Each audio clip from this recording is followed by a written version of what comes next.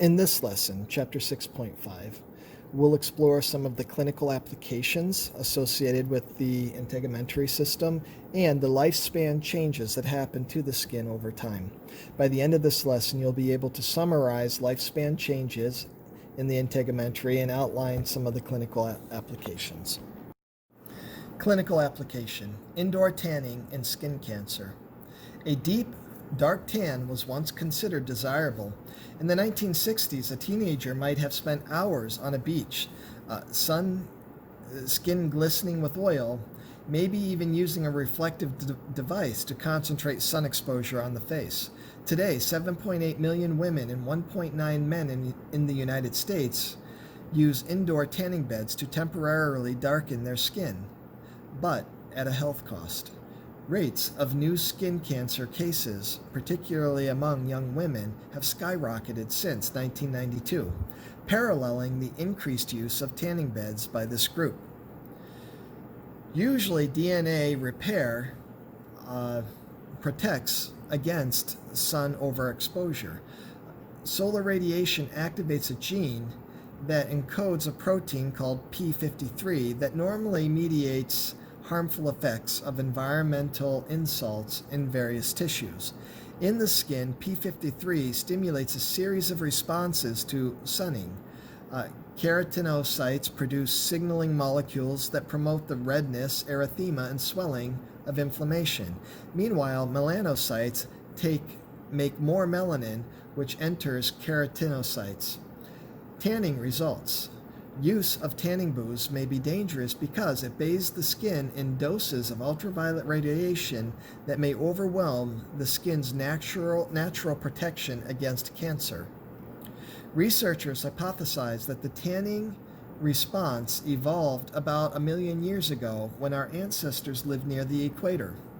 Biology may also explain why we like to sunbathe. It stimulates epidermal cells to release beta-endorphin, a molecule related to opiates that promotes a sense of well-being. Skin cancer begins when the sun, or tanning bed, exposure overwhelms the protection provided by p53. Most skin cancers arise in non-pigmented epithelial cells in the deep layer of the epidermis or from melanocytes.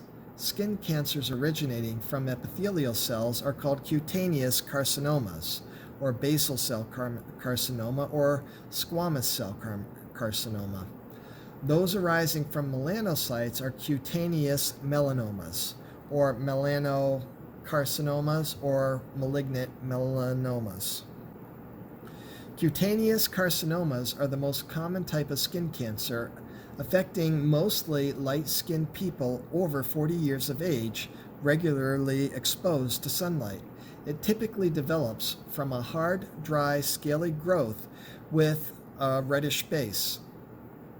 The lesions may be flat or raised and usually firmly adheres to the skin, appearing most often on the neck, face, or scalp. Surgical removal or radiation treatment may cure these slow-growing cancers. A cutaneous melanoma is pigmented with melanin, often with a variety of colored areas, variegated brown, black, gray, or blue. A melanoma usually has irregular rather than smooth outlines and may feel bumpy. The ABCD rule provides a checklist for melanoma. A for asymmetry, B for borders that are irregular, C for color when there's more than one color involved, D for diameter, more than 6 millimeters, and E for evolution or change. Melanoma accounts for only 4% of skin cancers, but for 80% of skin cancer deaths. People of any age may develop a cutaneous melanoma. These cancers are caused by short, intermittent exposure to high-intensity sunlight, such as when a person who usually stays indoors occasionally sustains a blistering sunburn. Light-skinned people who burn rather than tan are at higher risk of developing a cutaneous melanoma. The cancer usually appears in the skin of the trunk, especially the back or the limbs, arising from normal-appearing skin or from a mole. The lesion spreads horizontally through the skin, but eventually may thicken and grow downward, invading deeper tissues. Surgical removal during the horizontal growth phase arrests the cancer in 6 of every 7 cases. However, once the lesion thickens and deepens, it becomes more difficult to treat, and the survival rate is low. Melanomas in people who regularly use tanning beds tend to be thicker and more widely spread at the time of diagnosis than other early melanomas. According to the American Cancer Society, risk of developing skin cancer can be reduced by avoiding exposure of the skin to high-intensity sunlight, using sunscreens and sunblocks, examining the skin regularly, and reporting any ABCDE lesions to a physician. Dermatology at the forefront of telemedicine. Dermatology is at the forefront of telemedicine.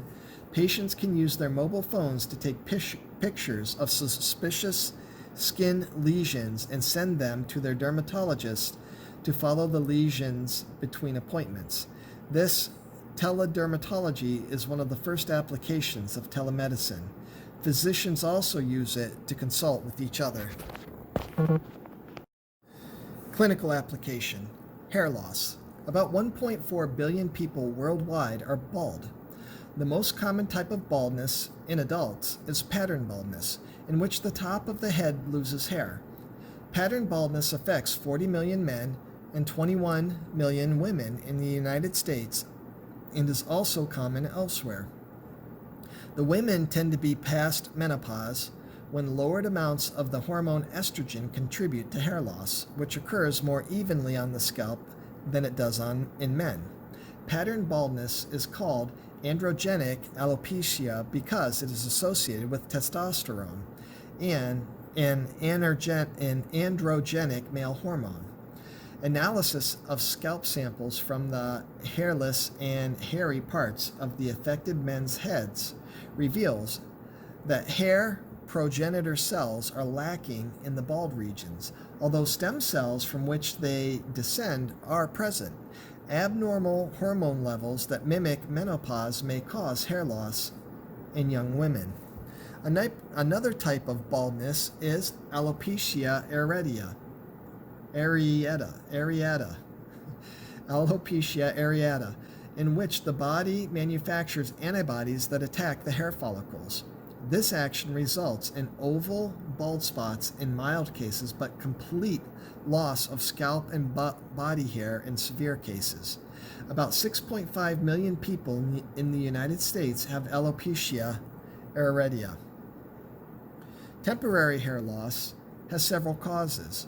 Lowered estrogen levels shortly before and after giving birth may cause a woman's hair to fall out in clumps.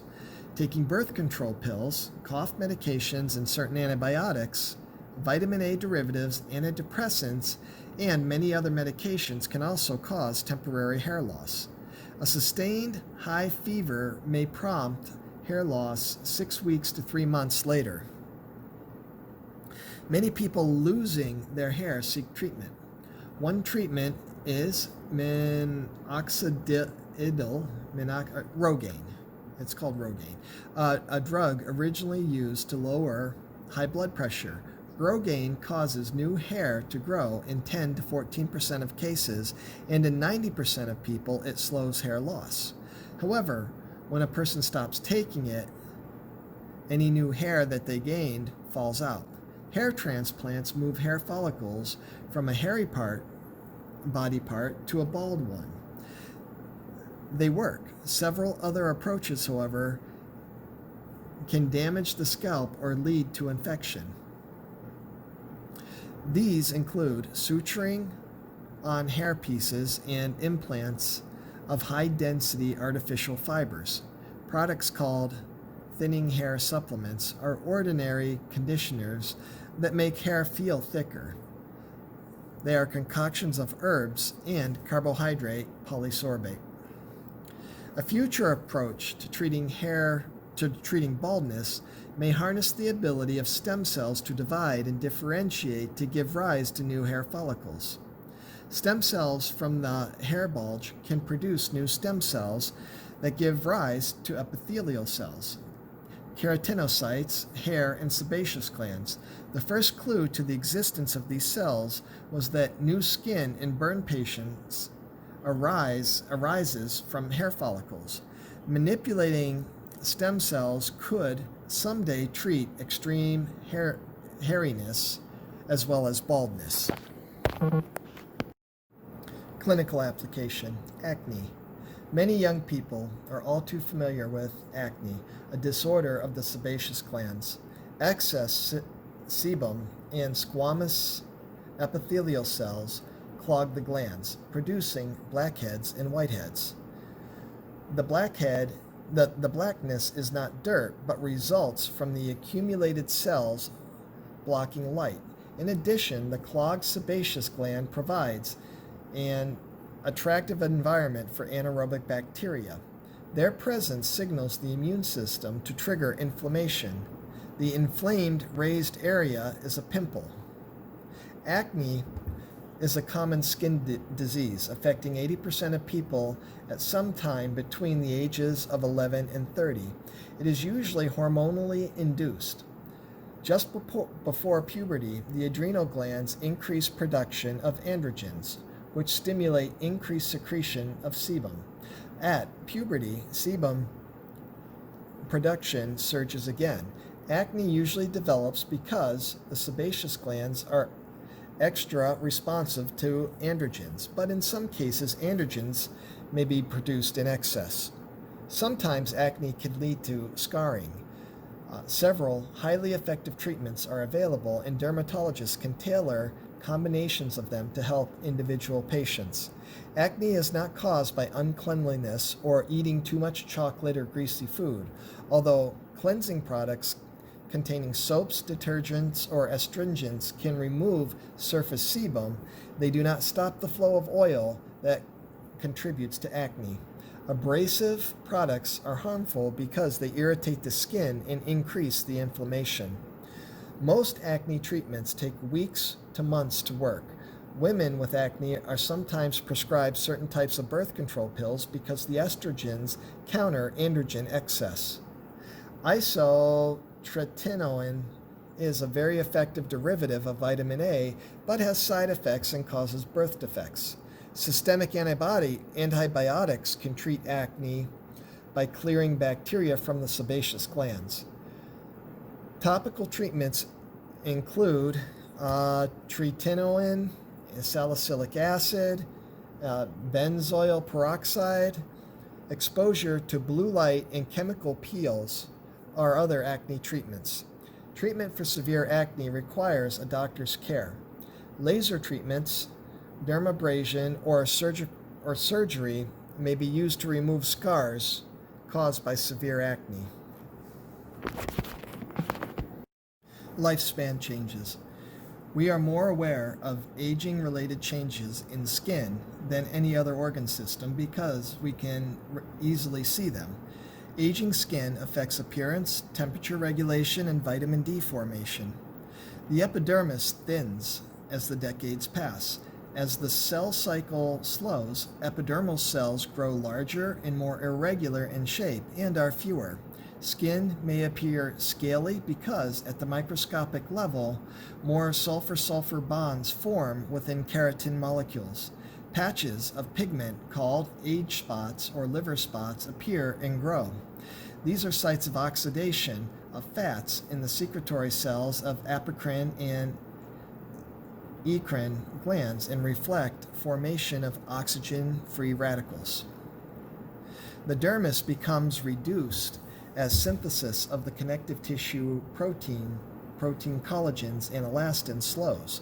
The combination of a shrinking dermis and loss of some fat from the subcutaneous layer results in wrinkling and sagging of the skin. Wound healing slows because the skin has fewer fibroblasts.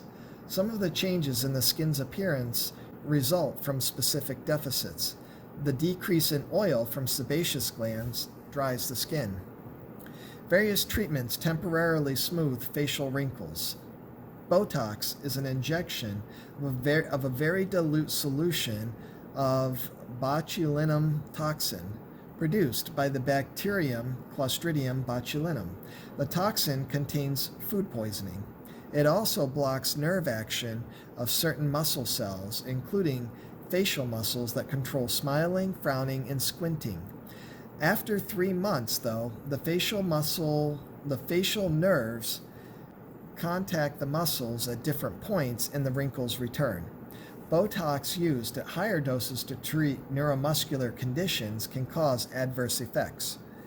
Other anti-wrinkle treatments include chemical peels, dermabrasion to reveal new skin surface, collagen injections, and transplants of subcutaneous fat from the buttocks to the face. The skin's accessory structures also show signs of aging. Slowed melanin production whitens hair as the hair shafts become increasingly transparent. Hair growth slows, the hair thins, and the number of follicles decrease. Males may develop pattern baldness. A diminished blood supply to the nail beds impairs their growth, dulling and hardening them. Sensitivity to pain and pressure diminishes with age as the number of sensory receptors falls. A 90-year-old skin has only 1/3 the number of such sensory receptors as the skin of a young adult. The ability to control temperature falters as the number of sweat glands in the skin falls, as the capillary beds that surround sweat glands and hair follicles shrink, and as the ability to shiver declines. In addition, the number of blood vessels in the deeper layers decreases, as does the ability to shunt blood towards the body's interior to conserve heat. As a result, an older person is less able to tolerate cold and cannot regulate heat. In the winter, the older person might set the thermostat 10 to 15 degrees higher than a younger person would. Fewer blood vessels in and underlying the skin account for the pale complexions of some older individuals. Changes in the distribution of blood vessels also contribute to development of pressure sores in the bedridden person whose skin does not receive adequate circulation. Aging of the skin is also related to skeletal health. The skin is the site of formation of vitamin D from its precursor, which requires exposure to the sun. Vitamin D is necessary for absorption of calcium needed for bone structure. Many older people do not get outdoors much, and the wavelengths of light that are important for vitamin D formation do not readily penetrate glass windows. Therefore, homebound seniors may benefit from vitamin D supplements to help maintain bone structure.